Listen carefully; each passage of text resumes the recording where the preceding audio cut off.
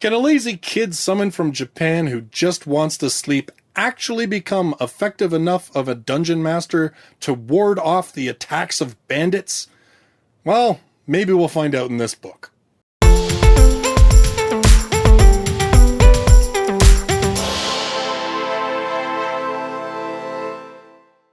Hello everybody, Justus R. Stone here with another light novel review, and on this channel I focus on light novels, reviews like this one, news, and countdowns of the most popular titles in Japan. So if you love light novels or you just want to know more about them, you should consider subscribing.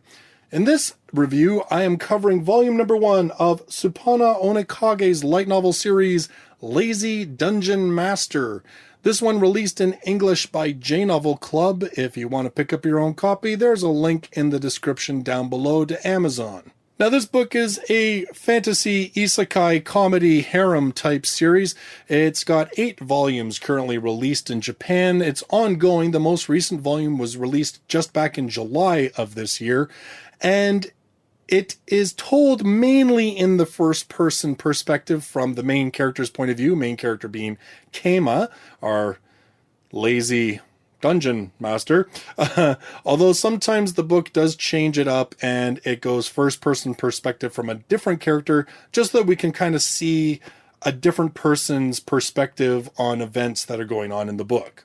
Now, in Lazy Dungeon Master, Keima is summoned to a dungeon in another world as a monster, basically, because the dungeon's core, which can take the form of a cute girl that he names Rokuko, her dungeon has been invaded by bandits, and she has summoned Keima to defeat the bandits, to expel them from her tiny one-room dungeon.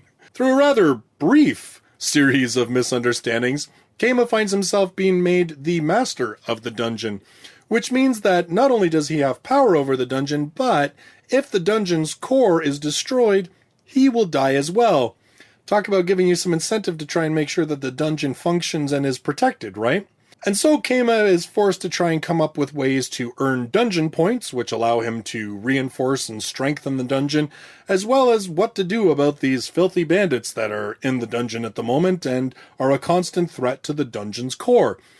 As the book progresses, of course, we get some different sort of scenarios, and eventually it ends up with a big kind of dungeon battle at the end of the book. Now, right off the bat, this is a J-Novel Club title, and I have to say, I'm pretty sure that this is the translator and editor's first works for J-Novel Club that I've read.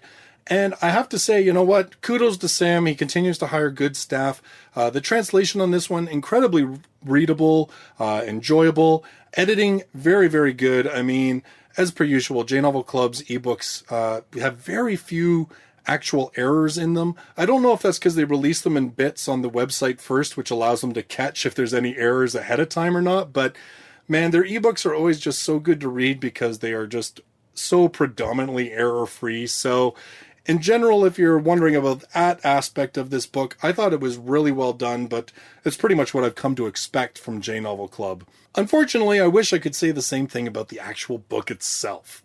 Now, I probably have one big complaint about this book, but unfortunately it's kind of a deal breaker. And that complaint is the main character, Keima himself. I don't like him. Is kind of that would be the most simplistic way of putting it, but I'll explain. It's not so much that he's lazy. I mean, I can deal with a lazy character.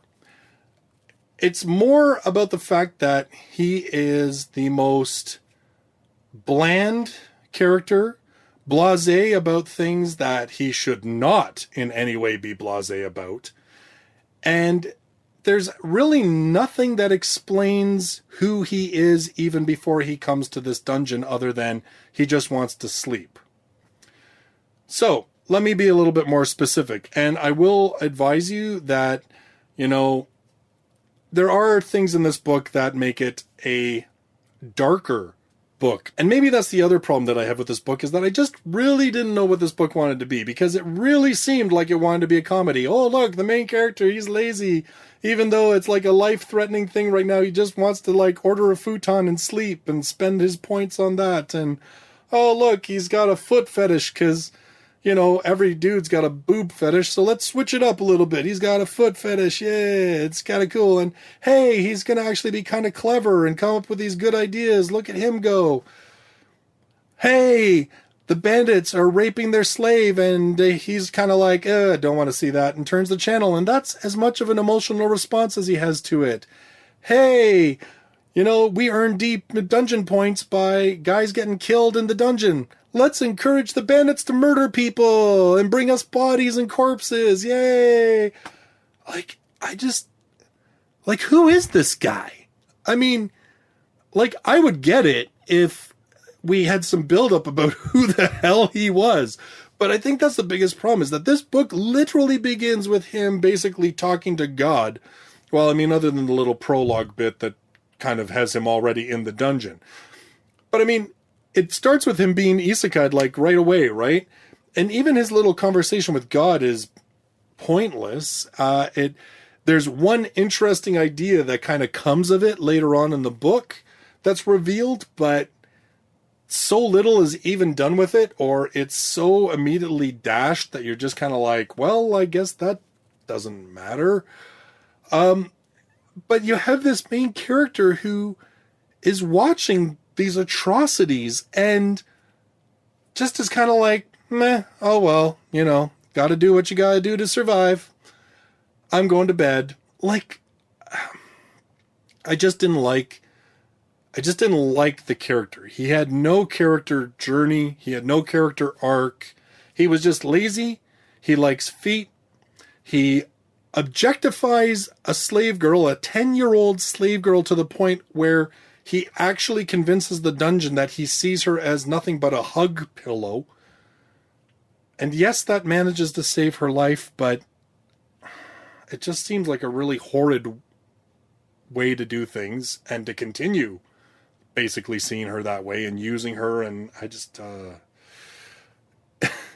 any case, and yet then he comes up with these clever ideas. And as much as you kind of are like, okay, well, I like clever ideas. In fact, when I'm reading a book that's about sort of, whether it be dungeon building or labyrinth building or any kind of sort of building per se, I like the main characters to do clever things. That's what makes half of it fun. I mean, the whole like, oh, let's earn points and buy things from a catalog. Like, I don't really care about that. It's more about, how does the character overcome challenges? How does the character overcome low resources? How does the character come up with ways to expand his dungeon that is cool and interesting and makes sense? How does he defend himself against invaders that are significantly stronger than he is?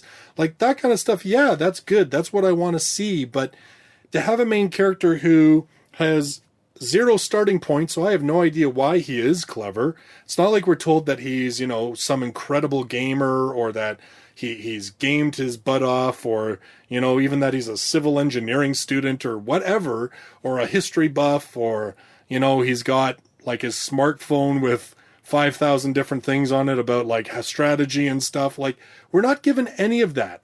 We're just given this kid that wants to sleep, makes really horrible objectifying remarks about a 10-year-old girl who wants to fondle the feet of his dungeon core, and just has zero really any kind of emotional response to things that most of us in this modern world would see as being absolutely horrible.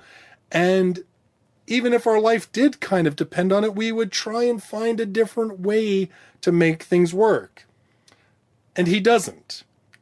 And we don't know why. We don't know anything about his character to make it justifiable that he acts that way, other than he's just too lazy to give a crap. And I'm sorry, but maybe it's because I've read over 100 light novels at this point from different series, but that just doesn't fly enough with me. And as I said, it's too bad, because the actual, like, towards the end, when we start getting into the more clever things and using your head and kind of doing things that are interesting, I don't care at that point, because the main characters just kind of left me meh at that point. You know, and I just, at that moment, I've disconnected from the book. I finished it. I read it. You know, it was okay. But I just didn't care. And I don't really care. And I don't really feel the need to read more, because I don't really care. And as I said, it's kind of too bad because all it would have taken was a little bit of backstory about who this guy was. And I'm sure there's probably some of you out there who have read more volumes of it somehow on like the web or whatever, and that you probably have different opinions, and that's fine. And I'm willing to hear that stuff maybe gets explored later on. If it does, then sure, I'd like to know that, Keima's seemingly nonchalant attitude towards some pretty horrible stuff actually gets explained. Like, I would be open to hearing that. But honestly, if they just keep on going like, oh, look at the funny comedy, let's rape some slaves and murder some bandits and this and that and this and what? It just didn't really jive, The tone of it just didn't really work very well for me. And like I said, I think it's mostly because of the main character, because the main character seemed way more clever than he should be at certain points, seemed way too apathetic at points, and it just didn't seem to work as a character for me. So, those are my thoughts on volume number 1 of Lazy Dungeon Master. Yeah, I didn't really like it. I'm sorry, guys. Like I said, if you've read the series and you've got some opinions on it, I'm more than happy to have you say them out in the description down below. Just, avoid spoilers, just because there are going to be people that'll probably watch this that'll maybe want to read future volumes. But yeah, I mean, I'd be very interested to know, does Keima actually get any character development, or is this just who he's going to be for the whole series? So speaking of main characters that do and say inappropriate things, but can still manage to be interesting, have character development, and at the end of the day, wouldn't just stand idly by as innocent people were injured. My next review is going to be on the latest in the Monogatari series, that being Hana Monogatari, although this one it's going to be focusing on Kanbaru, our favorite basketball, ex-basketball monkey hand character. So that's going to be on my next review. So if you love light novels and you're brand new to the channel, you should subscribe. I do reviews, news, and like I said, top 10 countdowns of the best light novels in Japan. Thank you so much for joining me in this video, and I look forward to seeing you in the next one. Till then, bye-bye for now.